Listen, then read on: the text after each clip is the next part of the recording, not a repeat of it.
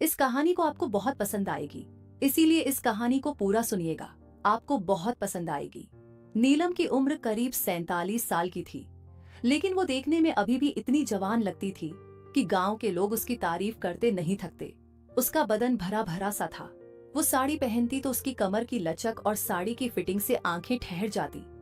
उसके बाल लंबे और घने थे, जो वह अक्सर खुला छोड़ देती, और चेहरे पर वह मुस्कान जो कभी कभी इतनी मीठी लगती कि लगता जैसे कोई राज छुपा हो। नीलम का घर गांव के बाहर एक बड़े से मकान में था, जहां उसका पति रामलाल खेती बाड़ी संभालता था। उनकी बेटी रीना की शादी हो चुकी थी और दामाद राजेश अब घर का हिस्सा बन चुका था। रीना शहर में नौकरी करती थी, इसलिए वह और राजेश दोनों ही घर पर रहते, लेकिन रीना अक्सर ऑफिस के काम से बाहर रहती। घर में बस नीलम, रामलाल, राजेश ही रहते थे। राजेश के घर में वह अकेला ही था, इसीलिए वह अब ससुराल में ही घर जमाई बन के रहता था। राजेश के पास भी अच्छी जमीन थी, लेकिन वह अपनी जमीन ठेके पर देकर यहाँ ससुराल में रहता था। राजेश एक साधारण सा लड़का था, उम्र 28 साल, लेकिन उसकी आंखों में एक चमक थी जो नीलम को कभी कभी अजीब लगती। वो घर में मदद करता, खेतों में रामलाल के साथ जाता, लेकिन शाम को जब सब बैठकर बातें करते तो राजेश की नजरें अपनी सास नीलम पर ठहर जाती। नीलम को पता था कि उसका दामाद उसे देखता है, लेकिन वह इसे अनदेखा करती, क्योंकि घर परिवार में ऐसी बातें होती रहती हैं। एक दिन की बात है, सुबह सुबह नीलम रसोई में चाय बना रही थी। बाहर धूप निकल आई थी, लेकिन घर के अंदर अभी भी ठंडक थी। राजेश उठकर आया। उसके बाल बिखरे हुए थे और वह सिर्फ बनियान और पजामा पहने था। सासू माँ चाय मिलेगी क्या? उसने मुस्कुराते हुए कहा, लेकिन उसकी आवाज में एक ऐसी मिठास थी जो नीलम को थोड़ा असहज कर देती। नीलम ने पलटकर देखा। राजेश की छाती चौड़ी थी और बनियान से उसकी मांसपेशियां झलक रही थी। सासू माँ ने कहा, हाँ बेटा, बस बना रही हूं। लेकिन उसकी आंखें एक पल के लिए राजेश के बदन पर रुक गई। राजेश ने नोटिस किया और वह थोड़ा करीब आ गया। चाय का कप लेने के बहाने, आपकी चाय तो ऐसी है सासू माँ कि पीने का मन करता रहता है, राजेश ने कहा। नीलम ने हल्के से मुस्कुरा दिया। अच्छा, इतनी तारीफ लीना से कहना वह भी सीख लेगी। लेकिन अंदर से सोच रही थी कि राजेश की बातों में कुछ तो है जो सामान्य नहीं। फिर दोनों चाय पीते हुए आंगन में बैठ गए। रामलाल खेत चले गए थे और रीना अभी सो रही थी। सासू माँ, आप इतनी सुबह उठ जाती है? उस जी shall be quite for Monday we core application are कोरग्रा ग्रेजुअल पे एंड बिजनेस, थकती नहीं? राजेश ने पूछा। उसकी नजरें नीलम पर थी। नीलम ने कप रखा और कहा, अरे बेटा, आदत है, घर का काम तो करना पड़ता है। तुम्हारा तो शहर का जीवन है, वहां सब मशीनों से होता होगा। राजेश हंसा। हाँ, लेकिन यहाँ का मजा अलग है, यहाँ सब इतना नजदीक लगता है। और उसने अपनी कुर्सी थोड़ी नीलम की तरफ सरका ली। नीलम को लगा जैसे हवा में कुछ गर्माहट है, लेकिन वह बात बदल गई। अच्छा, आज क्या प्लान है तुम्हारा? राजेश ने कहा। बस घर पर ही हूँ, अगर आप कहें तो कोई काम कर दूं। बातें चलती रही और राजेश की हर बात में एक छुपी हुई इशारा था, जैसे वह नीलम को टटोल रहा हो। नीलम भी जवाब देती, लेकिन उसके जवाबों में एक सादगी थी। फिर शाम हुई। सब साथ में खाना खा रहे थे। रामलाल थके हुए थे। रीना फोन पर किसी से बात कर रही थी। नीलम ने राजेश को परोसा। बेटा, यह सब्जी ट्राई करो, मैंने स्पेशल मसाला डाला है। राजेश ने चखा और कहा, वाह सासू माँ, ये तो इतनी टेस्टी है कि बची हुई सब्जी चाट लो। आपके हाथ में तो जादू है। रीना ने हंसकर कहा, मम्मी, राजेश तो आपकी तारीफों के पुल बांध रहा है। नीलम ने शर्माते हुए कहा, अरे बस ऐसे ही। लेकिन राजेश की आंखों में एक चमक थी जो नीलम को बेचैन कर रही थी। खाने के बाद जब सब सोने चले गए, नीलम रसोई साफ कर रही थी। राजेश अचानक आ गया। सासू माँ, मदद करो। नीलम ने मना किया, लेकिन राजेश ने बर्तन उठा लिए। दोनों करीब खड़े थे। राजेश का हाथ गलती से नीलम की कमर को छू गया। सॉरी, उसने कहा, लेकिन उसकी मुस्कान कह रही थी कि वह सॉरी नहीं था। नीलम ने कुछ नहीं कहा, लेकिन दिल में एक सवाल उठा कि यह लड़का क्या चाहता है। अगले दिन सुबह नीलम बगीचे में पानी दे रही थी। राजेश बाहर आया। जिम से आया था वो, पसीने से तर। सासू माँ, यह फूल कितने सुंदर है। बिल्कुल आपकी तरह, उसने कहा।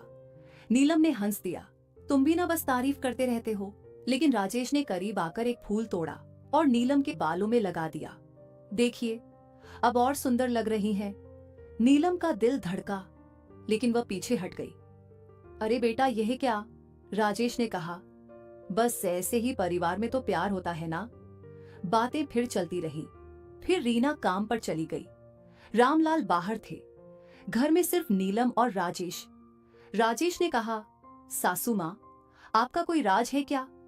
आप इतनी खूबसूरत होकर भी इतनी सादगी से रहती हो। नीलम ने कहा, राज क्या, बस जीवन है। लेकिन राजेश की बातों से लग रहा था जैसे वह कुछ और जानना चाहता हो। फिर दिन बीतते गए और राजेश की हरकतें बढ़ती गई। एक शाम नीलम छत पर कपड़े सुखा रही थी। राजेश ऊपर आया। सासू माँ, हवा कितनी अच्छी है ना, उसने कहा और नीलम के पास खड़ा हो गया। हवा से नीलम की साड़ी उड़ रही थी और राजेश की नजरें उस पर थी। आपकी ये साड़ी कितनी सॉफ्ट लगती है, उसने कहा और हाथ बढ़ाकर छूने की कोशिश की। नीलम ने हाथ हटा लिया। राजेश, क्या कर रहे हो? लेकिन राजेश ने मुस्कुराकर कहा, बस देख रहा था, मटेरियल अच्छा है। नीलम को गुस्सा आया, लेकिन वह चुप रही, क्योंकि परिवार टूट ना जाए। रात को रामलाल से बात की, लेकिन कुछ नहीं कहा। अगले दिन राजेश ने फिर कोशिश की। वह रसोई में आया। नीलम रोटी बेल रही थी। सासू माँ, मुझे सिखाओ ना रोटी बनाना, उसने कहा और पीछे से खड़ा हो गया। लेकिन वह बोली, बड़ा रीना से सीखो। राजेश ने कान में फुसफुसाया, लेकिन मुझे तो आपसे सीखना है। लेकिन नीलम ने उसे धक्का देकर हटा दिया। फिर एक दिन घर में एक छोटी सी पार्टी थी। रिश्तेदार आए थे। सब हंस खेल रहे थे। नीलम ने अच्छे से सज कर खुद को तैयार किया। उसकी साड़ी चमक रही थी। राजेश की आंखें उस पर टिकी। पार्टी में डांस हुआ, गाने बजे। राजेश ने नीलम को डांस के लिए कहा, सासू माँ, एक डांस हो जाए। नीलम ने मना किया, लेकिन सबने जोर दिया। डांस में राजेश करीब आया। आप फ्लेक्सिबल है, उसने कहा और आंख मारी। नीलम ने मुस्कुरा दिया, लेकिन अंदर से सोच रही थी कि यह कहां तक जाएगा। फिर पार्टी खत्म हुई और सब चले गए। रात को नीलम अकेली थी। राजेश आया। सासू माँ, आज आप कमाल लग रही थी। नीलम ने कहा, बस अब सो जाओ। राजेश ने गुड नाइट कहा और चला गया, जैसे वह नाराज हो गया हो। फिर दिनों दिन बातें बढ़ती गई। राजेश अब खुलकर तारीफ करता, सासू माँ, आपकी स्किन इतनी स्मूथ है। क्या राज है? नीलम कहती, बस नेचुरल। फिर समय बीतता गया और घर की दिनचर्या में राजेश की मौजूदगी अब एक आदत सी बन गई थी। नीलम अब सतर्क तो रहती, लेकिन राजेश की बातों में वह डूबने लगी थी, जैसे कोई पुरानी यादें ताजा हो रही हो। एक सुबह की बात है। नीलम घर के आंगन में झाड़ू लगा रही थी। धूल उड़ रही थी और सूरज की किरणें उसके चेहरे पर पड़ रही थी, जिससे उसकी त्वचा चमक रही थी। राजेश बाहर आया। वह अभी अभी नहा कर आया था। उसके बाल गीले थे और टॉवल कंधे पर रखा था। सासू माँ, आप इतनी मेहनत क्यों करती हो? मुझे करने दो ना, उसने कहा और झाड़ू लेने के बहाने नीलम के करीब आ गया। उसका टॉवल गिर गया और वह झुककर उठाने लगा। अरे बेटा, मैं कर लूंगी, नीलम ने कहा, लेकिन राजेश ने झाड़ू पकड़ लिया। दोनों के हाथ छू गए और राजेश ने थोड़ी देर पकड़े रखा। फिर वह बोला, आपके हाथ कितने नरम है सासू माँ, जैसे रेशम, उसने मुस्कुराते हुए कहा। नीलम ने हाथ छुड़ाया, लेकिन दिल में एक हलचल हुई। लेकिन नीलम ने बात बदल दी। अच्छा, आज नाश्ता क्या बनाऊं? राजेश ने कहा। जो भी आप बनाओ वह तो स्वादिष्ट होता ही है। फिर नाश्ता बनाते वक्त रसोई में दोनों थे। रामलाल बाहर चले गए थे। रीना अब भी सो रही थी, क्योंकि उसकी तबीयत थोड़ी खराब थी, प्रेगनेंसी की वजह से। राजेश ने आटा गूंथा और नीलम रोटियां बेल रही थी।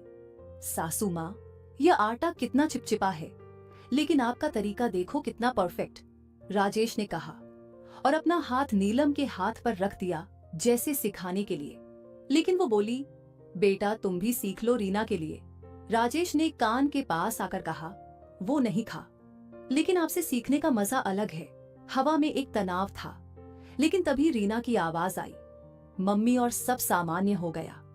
नीलम ने राहत की सांस ली, लेकिन राजेश की मुस्कान कह रही थी कि खेल अभी बाकी है।